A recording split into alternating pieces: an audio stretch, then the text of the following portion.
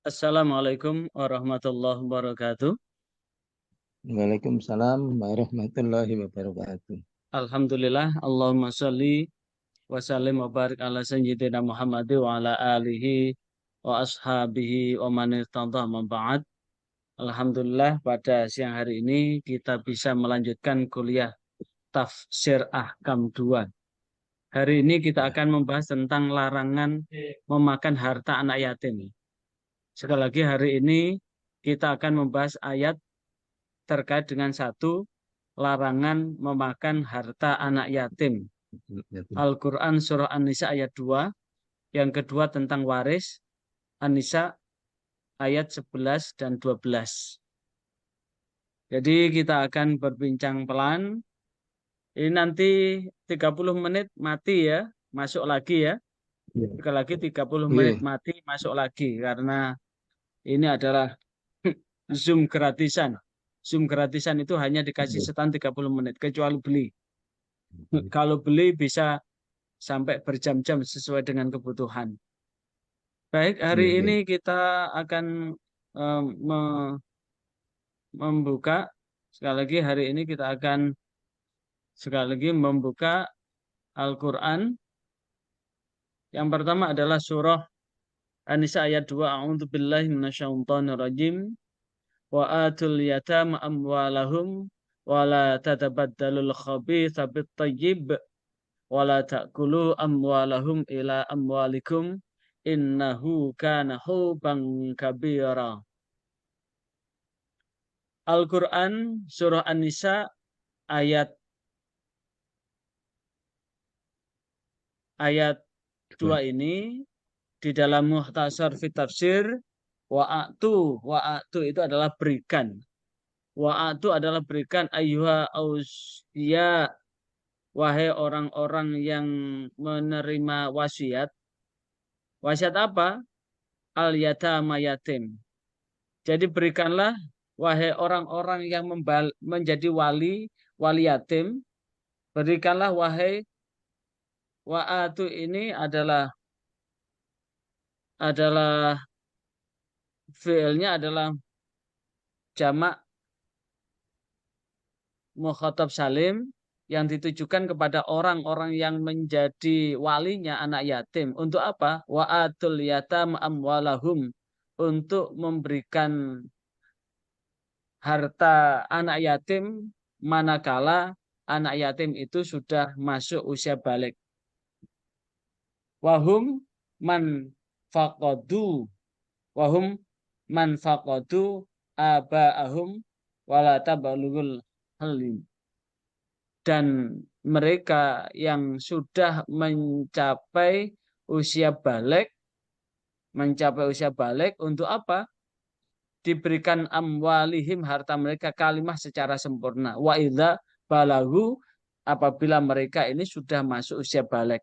Wa kanu rasyidin, dan orang-orang yang mengelola harta anak yatim ini adalah orang yang terpilih. Terpilih apa? Untuk betul-betul adil amanata ilaman itamana, untuk betul-betul memegang teguh amanat, dan wala tatabat dalu, janganlah kamu menukar al khabitha, yang buruk, bitoyib, dengan yang baik. Ini artinya bahwa tanggung jawab yang sangat besar, sekali lagi tanggung jawab yang sangat besar yang menjadi beban buat orang-orang yang buat orang-orang yang diamanai, tanggung jawab yang besar buat orang-orang yang diamanai anak yatim. Dan jikalau kemudian orang-orang yang amanah terhadap anak yatim, janji Rasulullah juga besar. Ana wakafilul yatim, saya dan orang yang menanggung anak yatim kahada, seperti dua jari ini, jari tengah dan jari telunjuk saking dekatnya. Jadi orang-orang yang menjamin anak yatim di surga itu jejer bareng dengan Rasulullah. Lah, amanah yang perlu dipegang oleh orang-orang yang diserai amanah untuk menjadi wali anak yatim, maka tentu anak yatim itu meninggalkan harta warisan dari orang tuanya yang meninggal. Sekali lagi, anak yatim itu meninggalkan harta warisan dari orang tuanya yang meninggal. Maka saat anak yatim itu belum mampu untuk mengelola, sekali lagi, maka tatkala anak yatim itu belum mampu mengelola, maka tanggung jawab wali adalah bagaimana menjaga harta itu sampai anak itu nanti memasuki usia balik. Kalau sudah memasuki usia balik, maka tentu di sini titah dan perintah Allah adalah wa'atul yatam amwalahum, dan berikanlah kepada anak-anak yatim itu hartanya manakala mereka sudah balik, dan wala tatabadalul khabitha bitthayyib, jangan sampai kemudian harta mereka itu ditukar dengan yang buruk. Harta mereka yang baik itu ditukar yang buruk. Misalkan ditinggalkan mobil Fortuner, begitu dewasa mobil Fortuner diganti dengan mobil yang lebih jelek daripada. Hartanya misalkan emas kadar 100 karat, begitu sudah balik dikasih kadar 50 karat. Itu artinya adalah sudah menukar, memalsukan, memanipulasi harta anak yatim itu. Padahal di berikutnya, wala ta'kulu amwalahum ila amwalikum, dan janganlah kamu makan harta mereka bersama hartamu. Ayat ini mengandung maksud bahwa ketika anak yatim ditinggal oleh orang tuanya dan mereka ini punya sejumlah harta, maka harta anak yatim itu tidak boleh dicampur dengan harta yang memelihara, yang mengasuhnya. Harus dipisah. Kalaupun toh kemudian tidak mau menanggung beban anak yatim, ambil dari hartanya. Tentu dihitung dengan hitungan yang jelas, bukan mencampur harta anak yatim itu dengan hartanya. Innahu kana huban kabira, karena itu adalah termasuk dosa yang besar. Dosa yang sangat besar ketika memakan harta anak yatim. Bahkan di dalam Al-Qur'an surah Al-Ma'un, a'udzubillahi minasyaitonirrajim, bismillahirrahmanirrahim, ara'aital ladzi yukadzibu Ara'aital ladzi yukadzibu biddin, tahukah kalian orang-orang yang mendustakan agama? Tahukah kalian orang-orang yang mendustakan agama? Salah satu orang-orang yang mendustakan agama adalah fadzalikal ladzi yad'ul yatim. Adalah mereka yang mendustakan agama, itu adalah orang yang menghardik anak yatim, menyia-nyiakan anak yatim. Posisi anak yatim nggak punya apa-apa aja nggak boleh disia-siakan. Apalagi kalau kemudian anak yatim itu meninggalkan harta warisan. Sampai makan harta warisan. Maka sungguh ketika memakan harta warisan anak yatim itu sama dengan memasukkan api neraka ke dalam perutnya. Maka tentu tidak dibenarkan dalam alasan apapun. Karena sesungguhnya la ta'khudhu amwalal yatam, dan janganlah engkau mengambil harta anak yatim mudhammatan, yang ditanggungkan ilam walikum, yang ditanggungkan kepada hartamu. Inna dzalika kana dzamban 'adziman indallah, karena sesungguhnya adalah dosa yang besar di sisi Allah. Hubang kabir, hubang kabir itu adalah isman ay dzamban, atau dosa yang sangat besar. Maka tentu banyak sekarang ini banyak sekali ya yayasan anak yatim, saya sering melihat anak yatim itu dimanipulasi sedemikian rupa. Sekali lagi, anak-anak yatim itu dimanipulasi sedemikian rupa, bahkan anak yatim disuruh mengemis. Sering saya tanya, suruh ngemis di pom bensin, suruh ngemis di toko-toko sambil membawa kotak anak yatim itu. Saya sempat beberapa kali menanya, siapa kamu? Kamu dari mana? Bapakmu di mana? Ibumu di mana? Jawabannya, kesimpulannya, anak itu adalah anak yatim yang disuruh oleh pengurusnya. Lah itu sama dengan mencari uang dengan memanfaatkan keyatiman anak yatim. Maka itu tambah dosa besar itu. Bukan menanggung kebutuhan anak yatim, tambah malah memanipulasi. Dan itu banyak yayasan anak yatim yang seperti itu. Jadi mengelola anak yatim ini sebagai kedok. Tidak sedikit yang kemudian membuat yayasan anak yatim hanya sebagai kedok, dan justru dia mengambil hidup dari situ, mengambil uang sumbangan dari sumbangan yang mestinya dimakan anak yatim, mengambil uang yang semestinya digunakan untuk membiayai anak yatim, hidupnya dari situ malahan. Lah, mestinya kalau kemudian sudah betul-betul berkeinginan kuat untuk mengasuh anak yatim, ya jangan sampai dicampur. Jangan sampai dicampur, karena dalilnya sangat jelas. Wala tatabaddalul khabitha bithayyib wala ta'kul amwalahum ila amwalihim ila amwalikum wala ta'kulu amwalahum ila amwalikum. Jangan engkau mencampur yang baik itu dengan yang jelek, dan jangan kamu kemudian memakan harta anak yatim yang dimana harta itu telah kamu campur dengan harta kamu, sehingga tidak bisa memilah mana yang menjadi milik anak yatim. Sama dengan ini, yayasan anak yatim yang hati-hati buat seluruh yayasan anak yatim ini apa? Jangan sampai kemudian memanfaatkan keyatiman itu sekedar untuk dijadikan ma'isyah, untuk mencari makan. Justru ketika sudah ada yayasan anak yatim, maka tentu yayasan tetap jalan.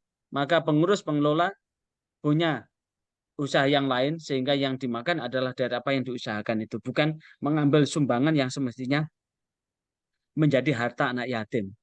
Dan jikalau kita bisa berbuat adil, wat'u syai'fi mahali, maka tentu jaminan dari Rasulullah sudah sangat amat jelas. Ana wakafil yatim kahakada, bahwa orang-orang yang menanggung anak yatim itu akan sangat dekat di surga nanti seperti dua jari, antara jari tengah dan jari telunjuk. Dari ini ada yang ditanyakan sebelum kita lanjutkan pada ayat berikutnya. Mas Anu, Pak. Hambali, ya silakan.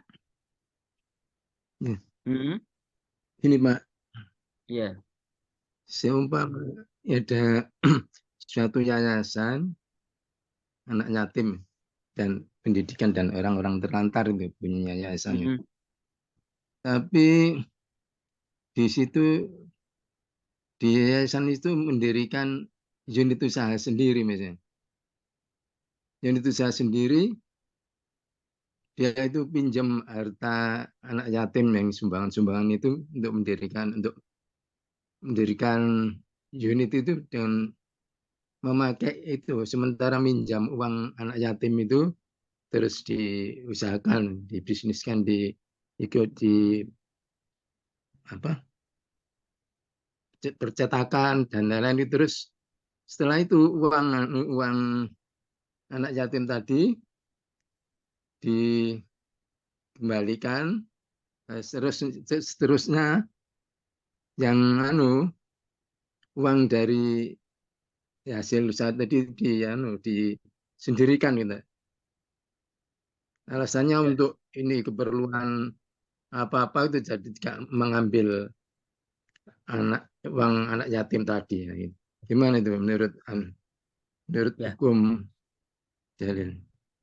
Kalau statusnya pinjam, harus Ya, jelas. Masih ingat kuliah kita pekan kemarin terkait dengan mencatat 2 Kamis yang lalu, terkait dengan oke, mencatat pinjaman di dalam Al-Quran surah Al-Baqarah ayat 282. A'udzubillahi minasyaitonirrajim. Ya ayyuhalladzina amanu idza tadayantum bidainin ila ajal musamma faktubuh. Kalaupun toh kemudian membuat unit usaha, dan unit usaha itu meminjam harta anak yatim, harus dicatat. Hai orang-orang yang beriman, ya ayyuhalladzina amanu, hai orang-orang yang beriman, idza tadayantum, jikalau kamu berhutang bidainin dengan hutang ila ajal musamma, sampai waktu tertentu, faktubuh, maka hendaklah kamu catat. Bukan hanya yang meminjam, yang dipinjam yang mencatat. Sekali lagi, bukan hanya yang dipinjam yang dicatat, yang meminjam pun ya turut mencatat. Wal yaktub bainakum katibun bil adl. Hendaklah kamu mencatat di antara yang pinjam dan yang dipinjam itu, di antara yang pinjam dan yang dipinjam itu adalah dengan seorang pencatat yang adil. pencatat yang adil itu adalah mencatat apa adanya, tidak ditambah dan tidak dikurangi. Karena apa? Walayak bakadibun ayaktuba kama alamahullah, dan tidak boleh malas seorang pencatat itu ketika mencatat sesuai dengan apa yang telah Allah ajarkan. Artinya Allah mengajarkan yang dihutang harus dicatat, yang menghutangkan juga harus dicatat, bahkan wal yaktub wal yumlil, wal yaktub wal yumlil, hendaklah kamu mencatat dan mengimla. Mencatat dan mengimla. Apa itu mengimla? Membuat salinan catatan dengan catatan yang sama. Alladzi alaihi haqqu, yang telah dinyatakan bahwa catatan itu benar. Wal yattaqillaha rabbahu, dan hendaklah bertakwa kepada Tuhannya. Wala yabkhas minhu syai'a, dan janganlah kurangi sedikit pun catatan itu. Misalkan dia pinjam harta anak yatim itu 10 juta, tapi yang dicatat hanya 900 atau hanya 500 dengan berbagai macam alasan.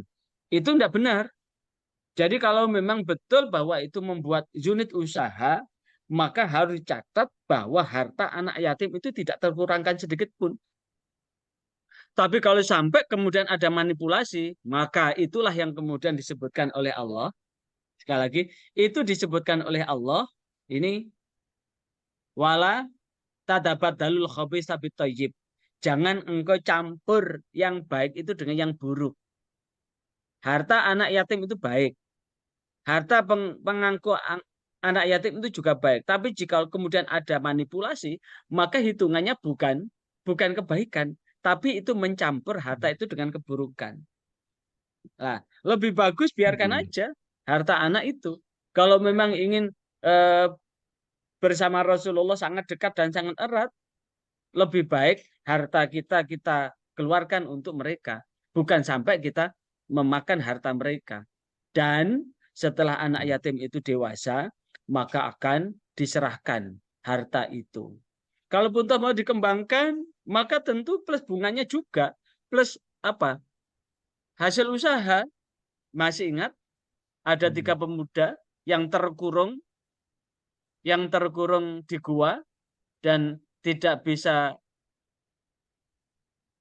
ada satupun yang menolong, maka kemudian dia membuat wasilah amal soleh mereka. Salah satunya seorang juragan yang punya pegawai, dan pegawainya itu keluar, namun belum sempat mengambil gajinya itu, maka gajinya itu kemudian dibelikan kambing itu dipelihara sampai beranak pinak, dan kemudian pegawainya itu datang untuk mengambil gajinya itu, maka apa yang terjadi? Bukan gaji yang diperoleh, tapi gaji itu sudah berupa kambing yang sangat banyak dan diberikan seluruhnya tanpa dikurangi sedikit pun. Walaupun kemudian ketika dibelikan kambing dan kambing itu beranak pinak, maka tidak punya hak untuk mengambil, kecuali ada izin dari pemilik harta itu. Apalagi anak yatim. Bahkan di dalam kalau sudah betul-betul di situ dipinjam ya, sekali lagi, bahkan jika kemudian harta anak yatim itu betul-betul dipinjam, maka ada ketentuan lain loh ya. Fa in kana alladzi 'alal haqqu safihan aw dha'ifan, fa in kana 'alal haqqu, dan jikalau ketika mencatat itu berupa untuk mencatat yang benar, dan kemudian yang dihutangi atau yang menghutangi safihan, masih anak-anak, au dha'ifan atau lemah, au la yastati'u atau tidak mampu mencatat, mungkin buta huruf, ayyumila untuk mengimla, fahuwa fal yumlil waliyuhu bil adl, maka hendaklah memilih wali untuk mencatat dan wali yang adil untuk mencatat. Apa artinya? Hutang piutang itu sangat rigid banget. Karena apa?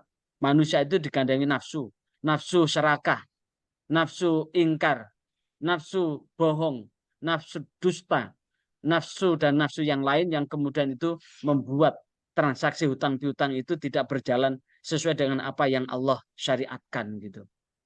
Jadi kesimpulannya, boleh silahkan harta anak yatim itu dikembangkan Tapi harus ada catatan yang jelas, harus ada transaksi yang jelas, harus atas persetujuan anak yatim itu, harus ada penulis yang adil untuk menjadi wali. Dan itu tidak cukup itu. Harus ada 2 saksi laki-laki yang adil. Sekali lagi, yang dihutangi, wali yang mencatat, dan disaksikan 2 laki-laki yang adil.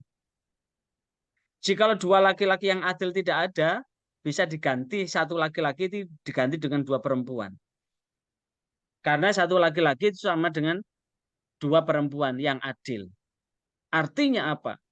Allah sudah mengajarkan sedemikian rupa ini karena memang sifat manusia itu hianat. Karakter dasar manusia itu hianat. Makanya disebut dengan menungso. Menus ora rumongso dikasih enak, kurang enak. Bisa man mahlul khata wanisan, tempat orang yang salah dan lupa. Dan untuk menghindarkan kealpaan dan kelupaan itu, maka perlu dicatat. Tuh. Itu jawaban saya, Pak Parti. Yang lain? Mas Hambali? Yang lain? Terima kasih, Pak. Oke. Belum itu, tolong dibuka kameranya, Mas Hambali. Ini tadi Arum udah dihubungi, Mbak Arum. Mas Hambali? Sudah. Di grup. Di grup. Kan tak share di grup. Ada pertanyaan lagi sebelum kita lanjutkan ke masalah waris? Boten. Ya. Kuliah. Ini kuliah tafsir ahkam ya? Semester berapa? Semester 5 ya? 5. Ya. Prodi HKI ya? Ya. Oke. Kita lanjut sekarang ya tentang ayat tentang waris ya. Ayat tentang Ya. waris ini walaupun di RPS rencana program semester hanya Al-Quran surah An-Nisa ayat 12, tapi saya tambah ayat 11 ini. Di ayat 11, A'udzubillahi minasyaitonirrajim. Yusikumullahu fi auladikum lidzakari mithlu hadzil unsayain fa in kunna nisa'an fawqa thnataini falahunna thulutsani ma tarak wa in kanat wahidatan falaha nisf wa li abawayhi likulli wahidin minhum as-sudus mimma taraka in kana lahu wali abawai likulli wahidin minhum as-sudus mimma taraka in kana lahu walad fa illam yakul lahu waladu wa warisahu abawa fal ummi sulus fa in kana lahu ikhwatun fal ummi sudus mim ba'di wasiyati yusi biha audain abaukum wa abanaukum la tadruna ayyuhum aqrabu lakum naf'a faridatan minallah innallaha kana aliman hakima. Al-Quran surah An-Nisa ayat 11 ini, yusikumullah, Allah telah mensyariatkan buat kamu semua fi auladikum tentang pembagian harta warisan anak-anakmu, harta pusaka untuk anak-anakmu. Allah telah mensyariatkan, yusikumullah, Allah telah mensyariatkan kepada kamu semua fi auladikum terkait dengan pembagian harta pusaka untuk anak-anakmu. Lidzakari mithlu hadzil unsayain. Anak laki-laki mendapatkan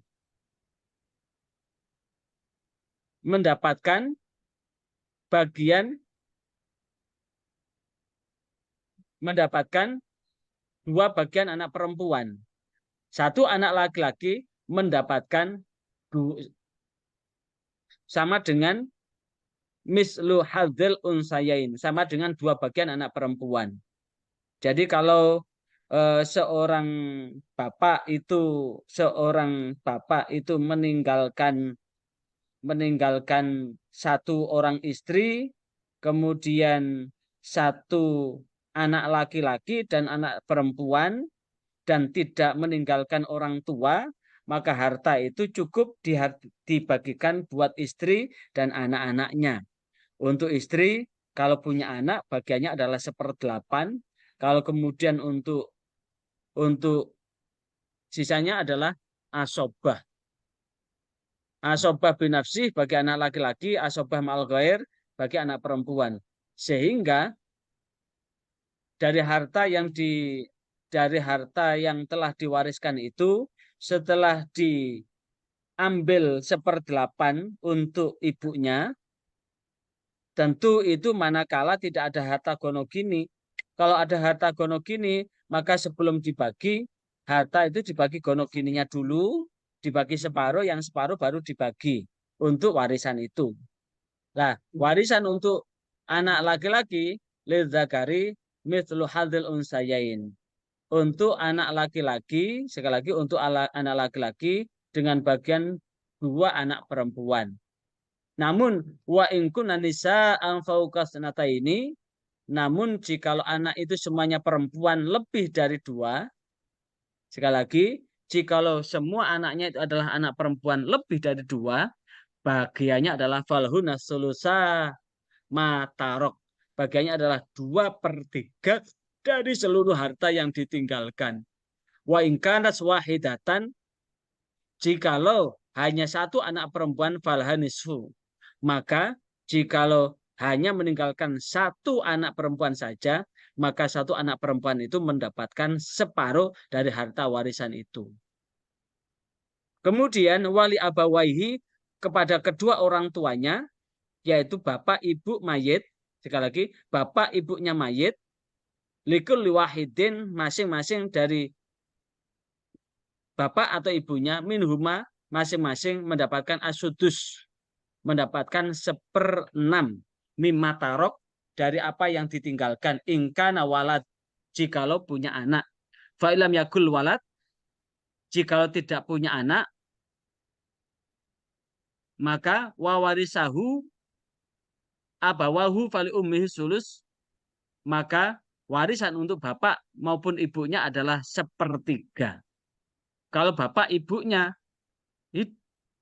utuh, berarti bapak ibunya mendapatkan 2/3. Taruhlah ada seorang anak meninggal dunia, dia sudah menikah tapi belum punya apa itu?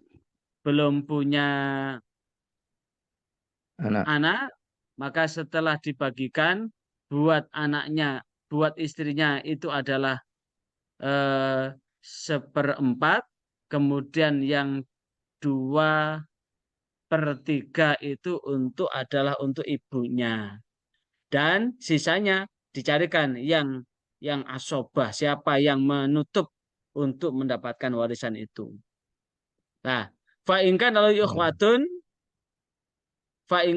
ikhwatun, namun jikalau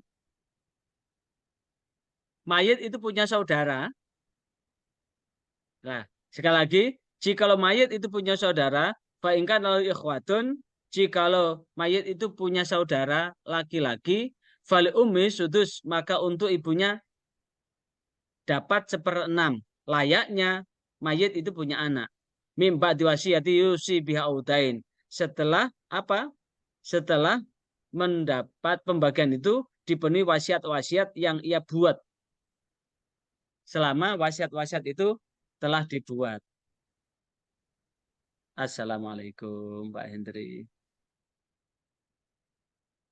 Nggih, nggih, nggih. Nggih Pak Hendri. Nggih, siap. Ya, siap.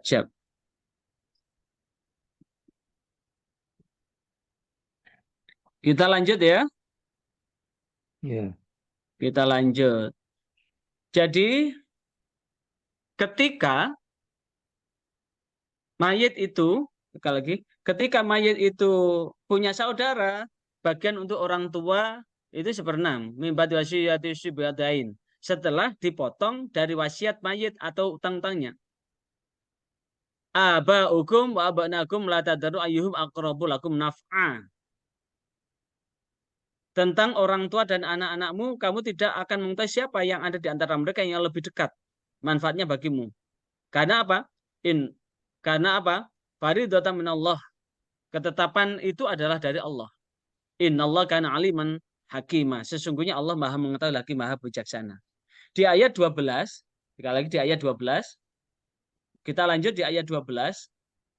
Di ayat 12 ini walakum nisfu ma tarok azwajukum illam yakul lahunna walad.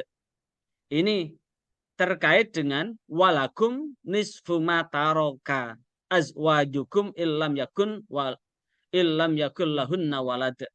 Walakum dan bagi kamu semua para suami nisfu seperdua matarok dari harta yang ditinggalkan azwajukum istri-istri kamu illam yakun jikalau tidak ada lahunna bagi istri itu walad anak. Jikalau istri itu tidak punya anak, maka bagian harta istri itu adalah seperdua. Sekali lagi, ini harta istri loh ya, bukan harta suami loh ya. Jikalau istri itu punya harta dan meninggal dan dia tidak punya anak, maka suami akan mendapatkan warisan hartanya istri itu seperdua. Jikalau tidak punya anak. Walahuna rubu'u mimma taraktum illam yakul lakum walad. Walahuna rubu'u dan buat istri walahuna rubu' ini buat istri walahuna rubu' untuk istri mendapatkan apa mimma taraktum dari apa yang memperoleh seperempat jikalau tidak punya anak. Kalau istri meninggal dan istri ini meninggalkan harta, maka suami dapat seperdua dari harta milik istri yang meninggal itu. Kalau suami yang meninggal, maka istri yang masih hidup itu, jikalau tidak punya anak, maka istri ini dapat seperempat harta dari harta suami. Dapat seperempat harta dari harta suami. Ini akan berbeda pembagian warisan ini dengan sistem gonogini. Misalkan si Fulan ini meninggal dunia. Si Fulan ini menikah dengan Fulana. Kedua-duanya sama-sama bekerja, menghasilkan. Maka sebelum dibagi, maka dibagi harta gonogin dulu. Separuh harta mayit, separuh hartanya sendiri. Yang dibagi adalah hartanya mayit itu. Harta mayit itu kemudian dibagi sesuai dengan ketentuan Al-Quran surah An-Nisa ayat 11 dan ayat 12 ini. Di ayat 12 ini, selain si suami itu mendapatkan hartanya sendiri, sekaligus mendapat separuh harta istrinya. Begitu pula si istri yang ditinggal suaminya selain mendapatkan harta gonogininya, sekaligus mendapatkan harta warisan dari suaminya yang meninggal itu. Makanya, kalaupun toh ini ya, ini buat pelajaran buat kita semua ya. Pelajaran buat kita semua ya, cari harta secukupnya lah. Syukur-syukur kita meninggal di usia tua dan punya anak-anak. Nah, kalau meninggal di usia muda, maka janda-janda kita akan direbut oleh duda-duda yang ingin mencari janda kaya dengan harapan mendapatkan sendenan apa ya? Tonggak jati lah. Ya Pak Tri ya. Sendenan tonggak jati. Kayu jati. Tonggak jati. Sendenan kayu jati. Karena memang ketentuan begitu. Wa ingkan lakum walad, namun jikalau mayit laki-laki tadi punya anak, falahuna thumunu, maka bagiannya adalah 1/8 mimma taroktum dari apa yang engkau tinggalkan. Begitu pula jikalau istri tadi punya anak, maka bagian suami adalah 1/4.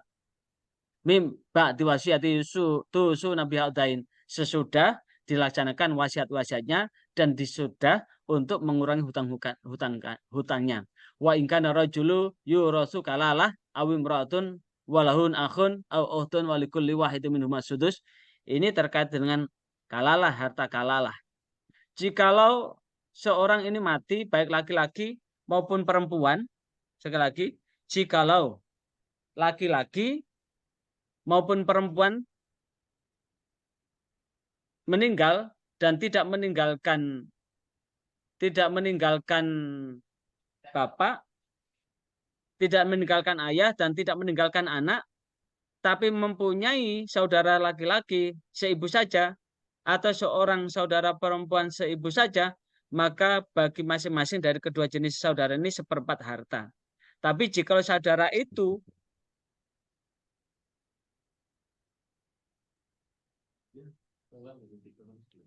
jika saudara seibu itu lebih dari seorang, maka mereka bersekutu dalam sepertiga. Akan mendapatkan harta sepertiga. Tapi jika saudara seibu itu lebih dari seorang, maka mereka bersekutu dalam sepertiga itu. Sesudah dipenuhi wasiat yang dibuat olehnya atau sesudah dibayar hutangnya dengan tidak memberikan mudarat sedikit pun. Allah menetapkan ini, sekali lagi, Allah menetapkan ini adalah benar-benar menjadikan syariat agar tidak ada sengketa dari harta warisan yang ditinggalkannya itu. Sehingga yang ada adalah tetap dalam kebaikan dan kebajikan masing-masing tetap bisa berbuat adil dengan apapun yang ditinggalkan, tidak sampai apa? Tidak sampai kemudian ada pertengkaran, pertikaian yang ketika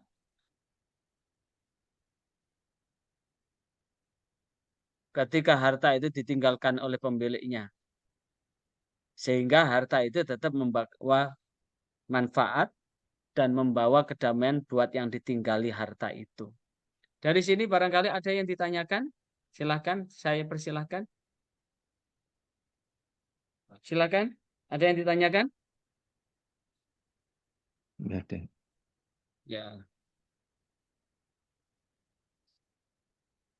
Nah, ini ada begini. Ini pernah terjadi ini. Ada sepasang suami istri. Kemudian yang punya harta itu istrinya. Istrinya itu mendapatkan hibah dari orang tuanya. Sebidang tanah yang sangat lebar dan luas begitu. Kalau dijual itu nilainya sekitar 10 miliar itu. Namun begitu yang perempuan ini meninggal,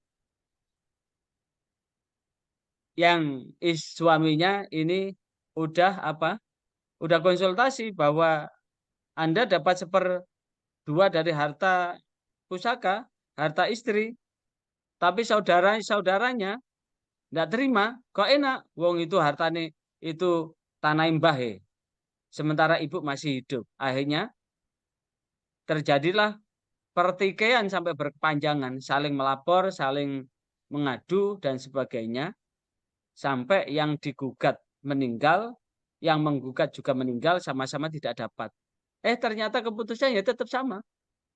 Andaikan dulu di saat sama-sama masih sehatnya, konsultasi bareng-bareng, dihitung bareng-bareng, dan kemudian setelah itu konsultasi bareng-bareng, dan kemudian legowo, ya sama. Hitungannya persis dengan hitungan saya. Saya ngitungnya yaitu untuk ahli waris, suami dapat 1/2 dari harta istri, sementara sisanya dibagi saudara-saudaranya dan orang tua. Tapi itu tidak terima. Tapi fakta hasil keputusan pengadilan ya tetap itu. Yaitu akhirnya dua-duanya sama-sama tidak dapatnya itu. Nah, artinya apa? Untuk masalah warisan itu memang tidak boleh kemudian dibuat perselisihan sedemikian rupa. Sekali lagi, untuk warisan apapun bentuknya, tidak dengan serta-merta dibuat perselisihan sedemikian rupa sehingga perselisihan itu akan menghalalkan segala cara untuk mendapatkannya. Toh nanti akan sama-sama hancurnya. Akan sama-sama hancurnya. Kalau sudah sama-sama hancurnya mengenai harta warisan, kesimpulannya satu. Lakukan penghitungan sesuai dengan apa yang telah Allah ajarkan. Lakukan penghitungan sesuai dengan apa yang Allah perintahkan dan diajarkan oleh Rasulullah Muhammad SAW, dan lakukan dengan seadil-adilnya sesuai dengan ketentuan-ketentuan itu, maka niscaya harta itu akan tetap manfaat. Namun jikalau ternyata ada dusta di antara mereka, memperebutkan dengan berbagai macam dusta dan pengelabuan, maka tentu harta warisan itu tidak akan memberikan manfaat apapun kecuali kehancuran kepada kedua belah pihak. Di satu sisi mereka akan bercekcok terus-menerus, di sisi yang lain mereka akan terjebak dalam pertengkaran yang berkepanjangan. Di sisi yang lain harta yang direbut itu tidak ada kemanfaatan sedikit pun, sehingga dengan demikian dia akan pada akhirnya tidak mendapatkan apapun yang ia perebutkan sedikit pun. Dari itu Pak Parti barangkali ada yang ditanyakan Pak Parti? Banyak, Pak. Ya, Ini satu silakan. lagi. Seorang pewaris yang sudah meninggal, tidak punya anak, tapi punya anak angkat satu. Terus saudaranya yang meninggal tadi ada 3. Itu kalau anunya kan si anak angkat tadi kan dapat 1/3. Coba diulangi lagi pertanyaannya. Ya, saya ulangi, Pak. Ya. Tadi kan seorang yang pewaris tadi meninggal, punya anak angkat 1, tapi saudara pewaris tadi ada 3 orang. Ya. Nah, menurut hukum saya dengar kan yang anak angkat tadi kan dapat 1/3. Yang 2/3 ini kalau dibagi dengan 3 orang kan hasilnya kan kurang dari 1/3 yang diberikan anak angkat. Gimana Pak solusinya? Kalau Anak angkat dibagi 4, itu tidak punya hak waris. Jadi kalau seseorang mengangkat anak, maka tidak punya hak waris. Iya, ya. Kecuali harta wasiat aja hibah. Jadi anak Iya, angkat ya. itu hanya dapat hibah, tapi tidak mendapatkan warisan. Iya, ya. Ya, yang mendapatkan warisan sesuai dengan ketentuan adalah furudul muqaddarah, bagian-bagian yang sudah ditentukan di dalam Al-Quran maupun Sunnah. Dan untuk sekali lagi untuk anak angkat tidak punya hak waris kecuali hibah Iya, ya. dan wasiat aja. Ya.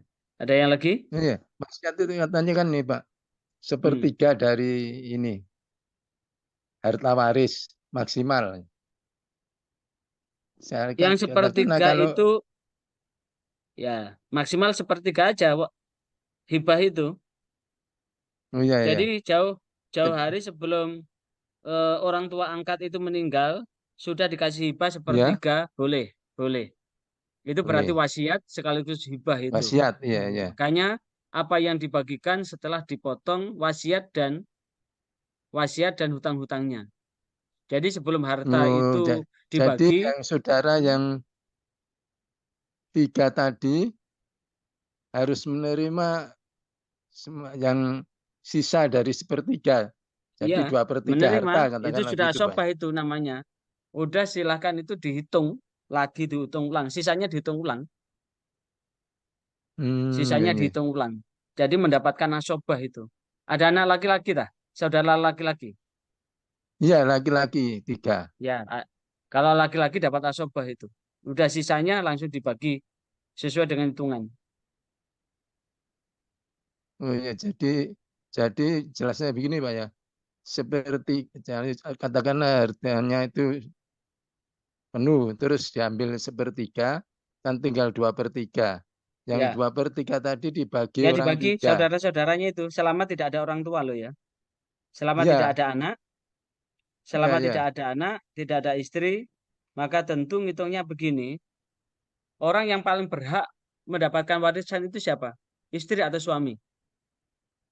Jadi, iya, iya. siapa yang paling berhak untuk mendapatkan warisan itu adalah istri atau suami. Iya. Istri atau suaminya yang meninggal. Enggak ada, Yang kedua, meninggal semua Pak. ya, yang kedua, ini saya nyampaikan Ya, urutannya.